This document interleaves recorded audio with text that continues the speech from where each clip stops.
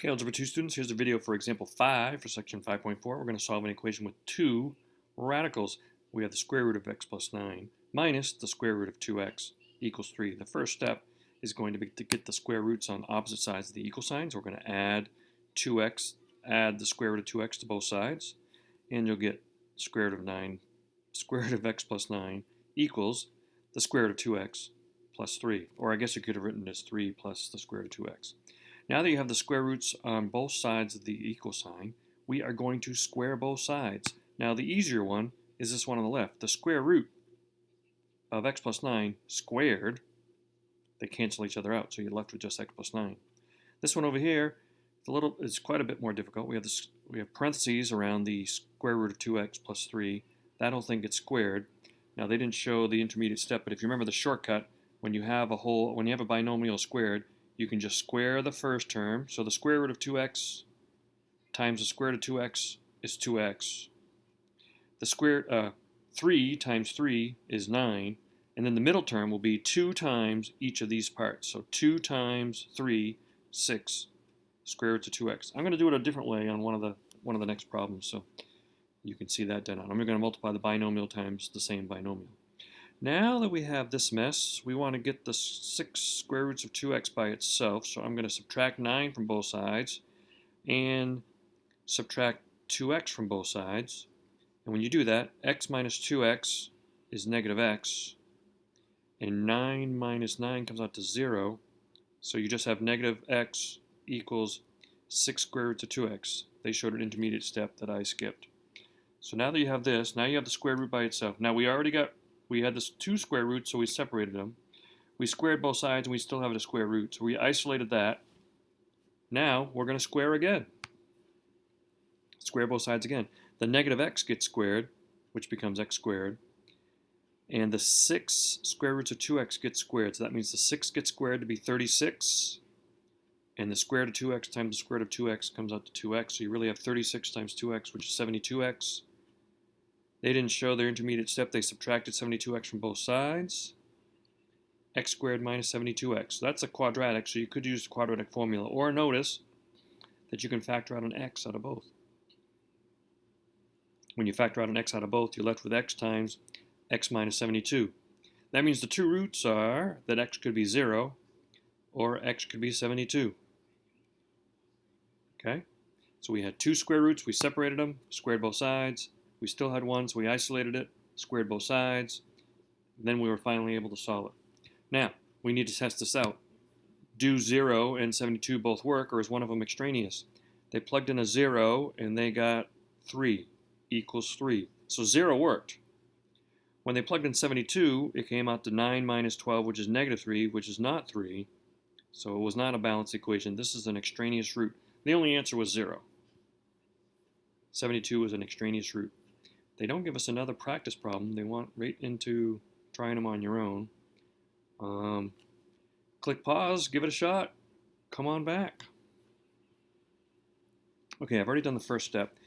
We need to get that over to the other side. So I added that to both sides to get the square root of 15 minus x equals negative 3 plus square root of 6x. See if you can remember the next step. And that was to square both sides now. I'm going to do it a different way. Instead of writing squared, I'm going to write out the other binomial and do it longhand. Maybe this is more familiar with a lot of you.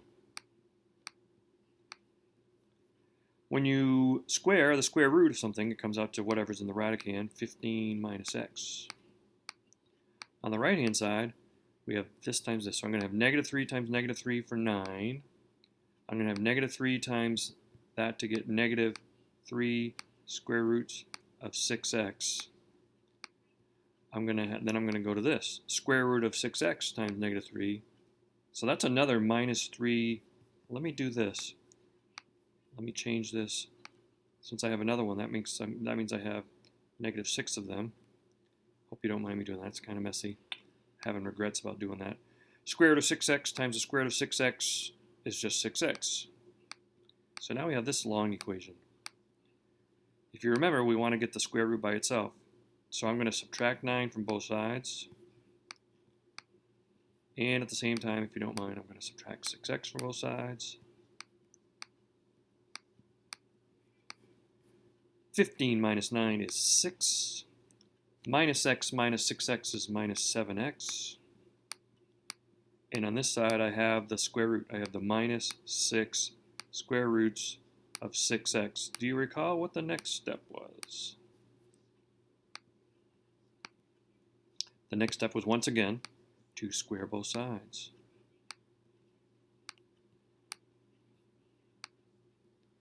Squaring this, I'm going to do the shortcut way. You get 36. Oh, I just realized I'm doing the second one. I didn't do the first one. Oh well. 36 minus 2 times 6 times negative 7x.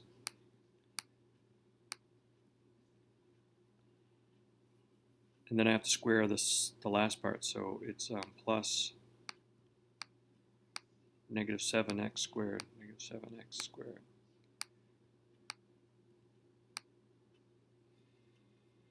Okay, that's longhand for all this mess. Equals this squared. Negative 6 gets squared, which makes it 36. The square root of 6x times the square root of 6x is 6x, so this is times 6x.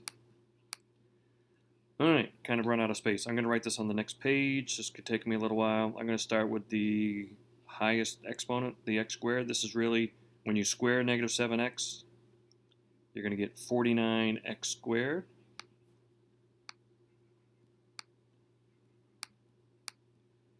Let's see if we have an x term. Do we have an x term over here? Yep, right here. 7 times 6 is 42. 42 times 2, 42 times 2 is 84, so that's, and it's a negative times a negative, so positive 84.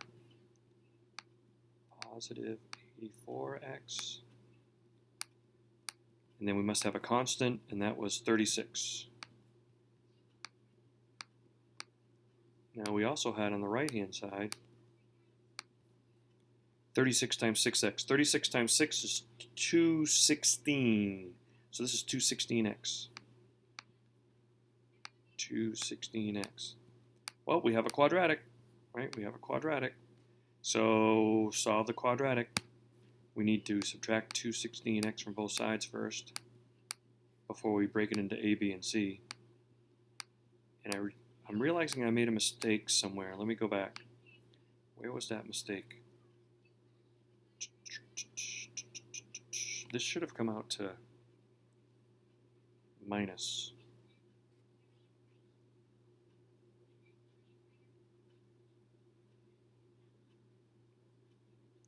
Oh, right there. Why did I go minus? It should have been plus. Plus 2 times 6 times negative 7x. Okay? So this actually was a minus 84x. All right.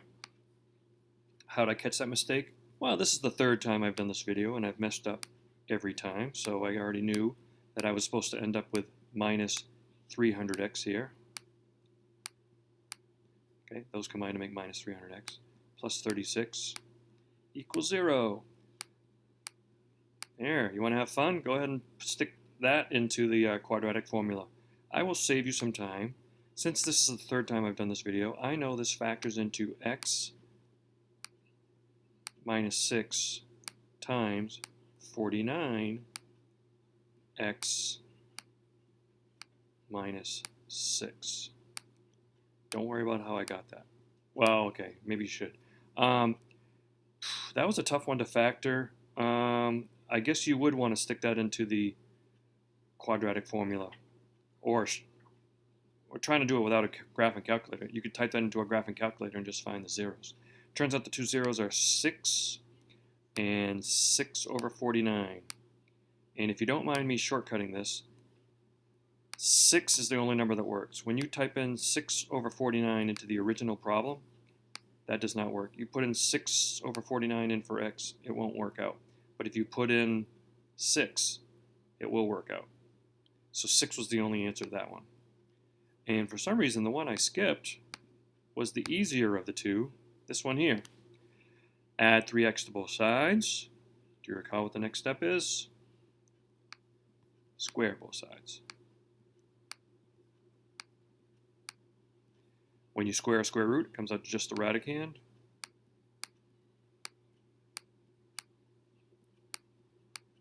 This is the trickier one. You have the -2 squared. -2 times -2 is 4. You have the last term squared. Square root of 3x times the square root of 3x is just 3x.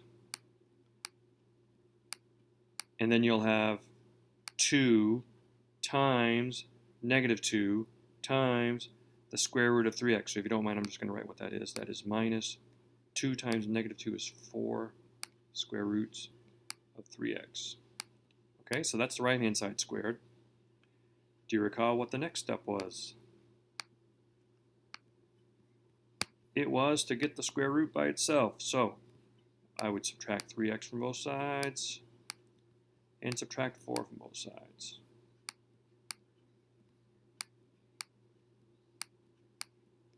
That gives me x minus 3x for -2x on the left-hand side. Oh, because 4 minus 4 is 0. And on the right-hand side, I get the square root thingy.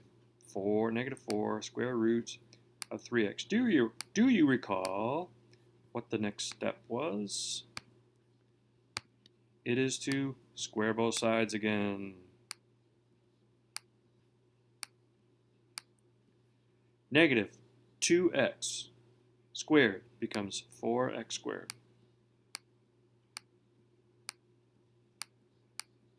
-4 and square root of 3x both squared. The -4 squared becomes 16, and then the square root of 3x squared becomes 3x. So I actually have to multiply those together.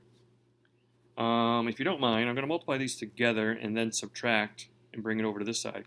We need the equation to be something like 4x squared minus 48x equals 0. Right? We have to set it equal to 0 and then solve it. You can plug that into the quadratic formula if you want. Or, note a set of factors.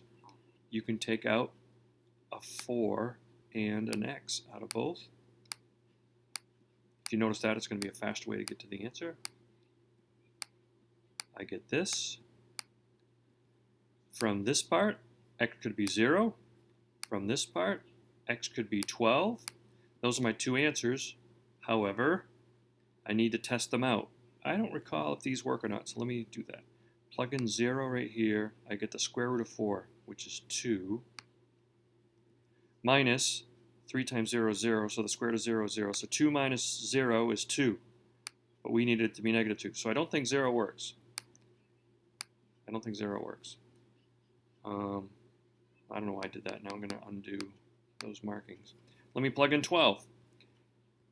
12 plus 4 is 16. The square root of 16 is 4. Minus 3 times 12. 3 times 12 is 36. The square root of 36 is 6. 4 minus 6, yeah, is -2. So 12 was the only answer to that one. Okay?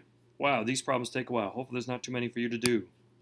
36, 37, 38, and 20. That's it finally for this video. Have a great day.